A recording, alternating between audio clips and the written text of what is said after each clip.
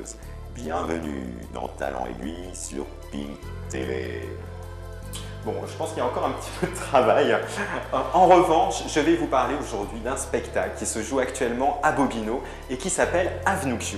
Alors Avenue Q, ce n'est pas un spectacle porno, mais c'est l'adaptation d'un grand succès de Broadway qui arrive enfin à Paris grâce notamment à Bruno Gassio, l'un des auteurs des Guignols. Alors ce que je vous propose, c'est qu'on retrouve tout de suite l'équipe artistique de Avenue Q. Toi sur l'avenue Q, tu vis sur l'avenue Q, comme tes copains, t'auras 30 ans demain, et tu vis sur l'avenue Q, tu vis sur l'avenue Q. Bonjour Niki. Ouais, salut. Donc là on est sur l'avenue Q.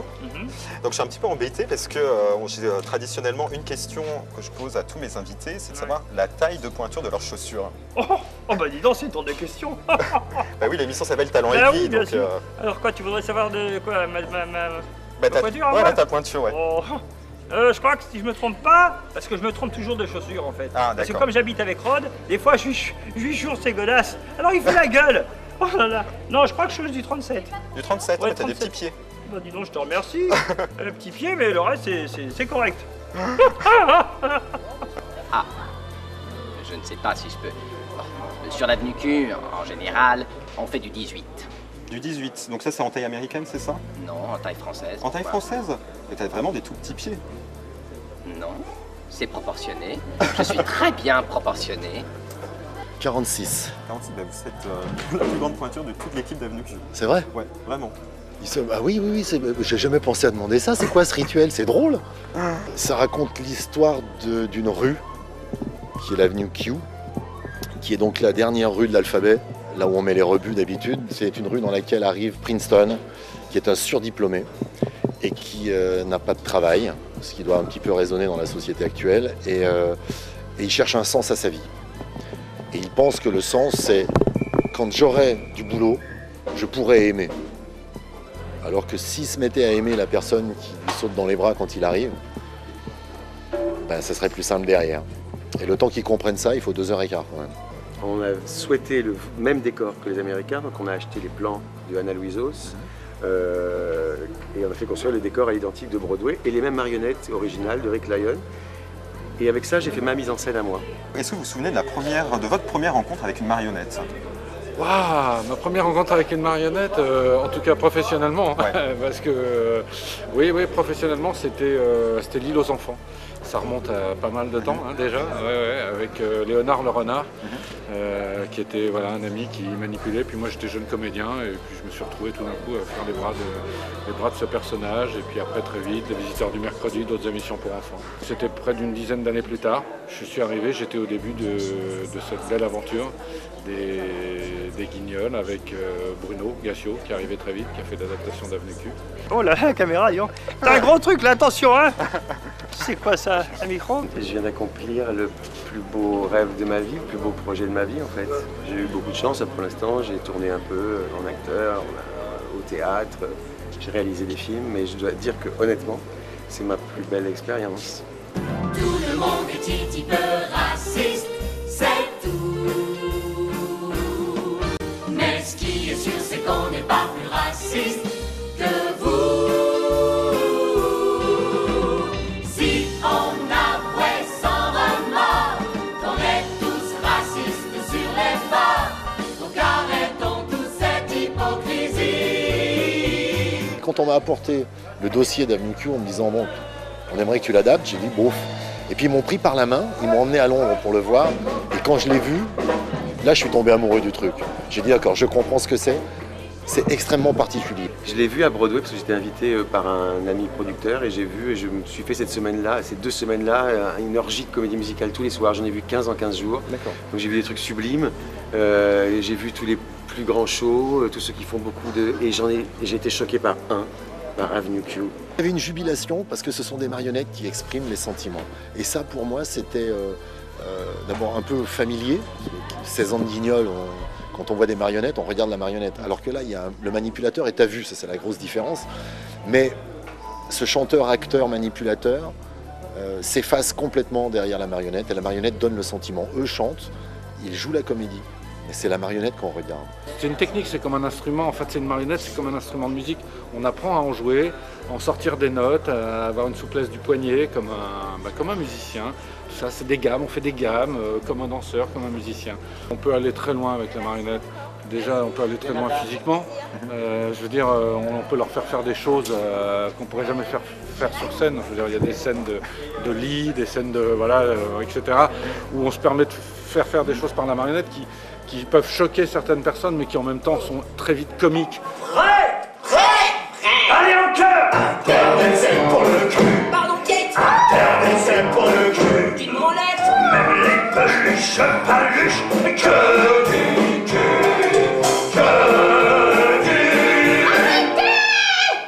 Un rue Sésame, dont Avenue Q et la parodie est un programme éducatif pour enfants. Est-ce qu'on peut dire qu'Avenue Q est un programme éducatif pour adultes? Ah oui, complètement. C'est la première fois qu'on me demande ça et c'est exactement ça. C'était éducatif, on apprenait aux enfants à manger leur soupe, à bien se comporter à l'école, comment mettre ses chaussures, comment faire ses lacets. Et là on dit aux gens, on va vous parler des problèmes de grands. Donc comment se comporter face au chômage, comment chercher un sens à sa vie, comment se comporter sexuellement, est-ce qu'on peut s'envoyer en l'air et faire du bruit? Bah oui, envoie-toi en l'air tant que tu veux, vas-y, n'aie pas peur. Lucie, la salope.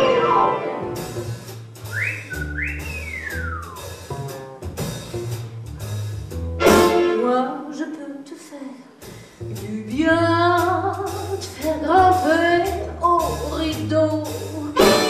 Mon métier, c'est faire bien booster le libido. Il y a aussi le comeback de Willy, d'Arnold et Willy. Alors ça vient du fait que Gary Coleman est mort pendant que je faisais l'adaptation. Aux États-Unis, c'est Gary Coleman. Et Gary Coleman, dans Harold et Willy, alors je le dis pour Arnold et Willy, c'est le petit. Et quand on a cherché comment le remplacer, parce que comme il était mort, c'était très très compliqué de dire je vais écrire pour un mort. Enfin, c'est pas respectueux, je trouve. Et on s'est dit non, ce qu'on va faire, on va mettre Willy. Parce que lui, c'est encore pire que Gary Coleman. C'est que lui, c'est une star non identifiée. Imaginez qu'on vous demande tout le temps. Qu'est-ce que tu me racontes là? Ah oui, c'est exactement comme ça qu'il... Mais c'était la réplique de l'autre. Ça craint d'être toi. Dis-moi Rod, ça fait combien de temps que tu es arrivé sur l'avenue Q? Ah, sur l'avenue Q, je dirais 12 ans. D'accord. Et donc c'est au bout de 2 ans que tu as rencontré Niki, oui, ton colocataire. En effet. Toi, tu crois que Rod est peut-être gay? C'est-à-dire que j'en ai jamais vraiment parlé, j'ai vraiment jamais parlé de ça avec lui, mais je crois qu'il est homo. Vraiment, Ah ouais. vraiment, mais il n'y a pas de problème, je lui ai dit, t'es mon ami, que ce soit homo ou pas, il n'y a pas de problème. J'ai entendu dire que tu aimais beaucoup Freddie Mercury. Oui, en effet, c'est un chanteur très intéressant. J'apprécie son œuvre, j'apprécie son parcours.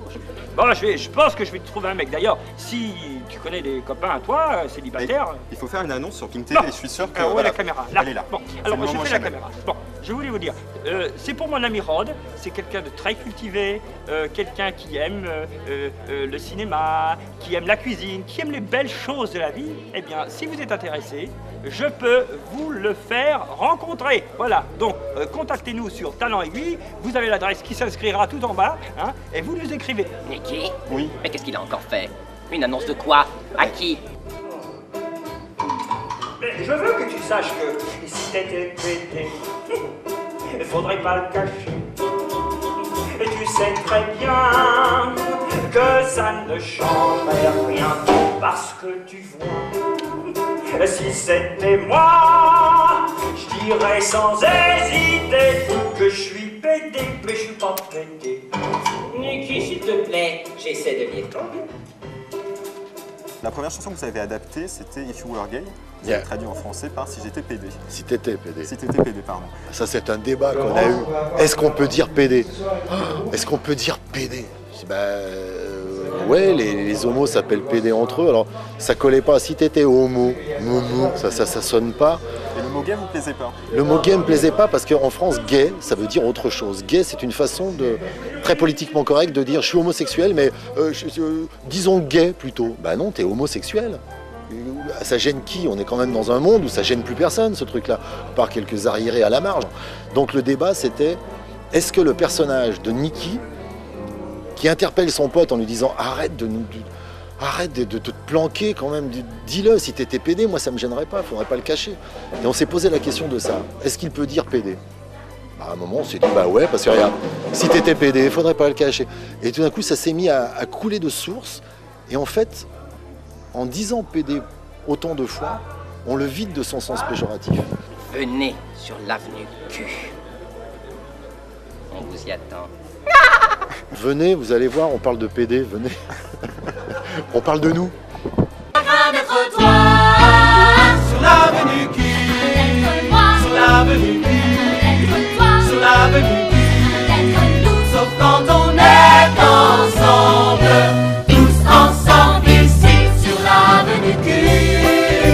On vit sur l'avenue Q, juste entre nous, tant qu'on n'a pas un sou. On vit sur l'avenue Q. Oh, homo ou pas, on s'en fout, c'est pas le problème. L'important c'est de vivre, non? Vivre les choses, laisser battre son cœur, ça c'est le plus important. C'est ça la comédie musicale, c'est que quoi qu'il arrive, il y a de la musique. À la fin, ça se termine en musique. C'est extraordinaire.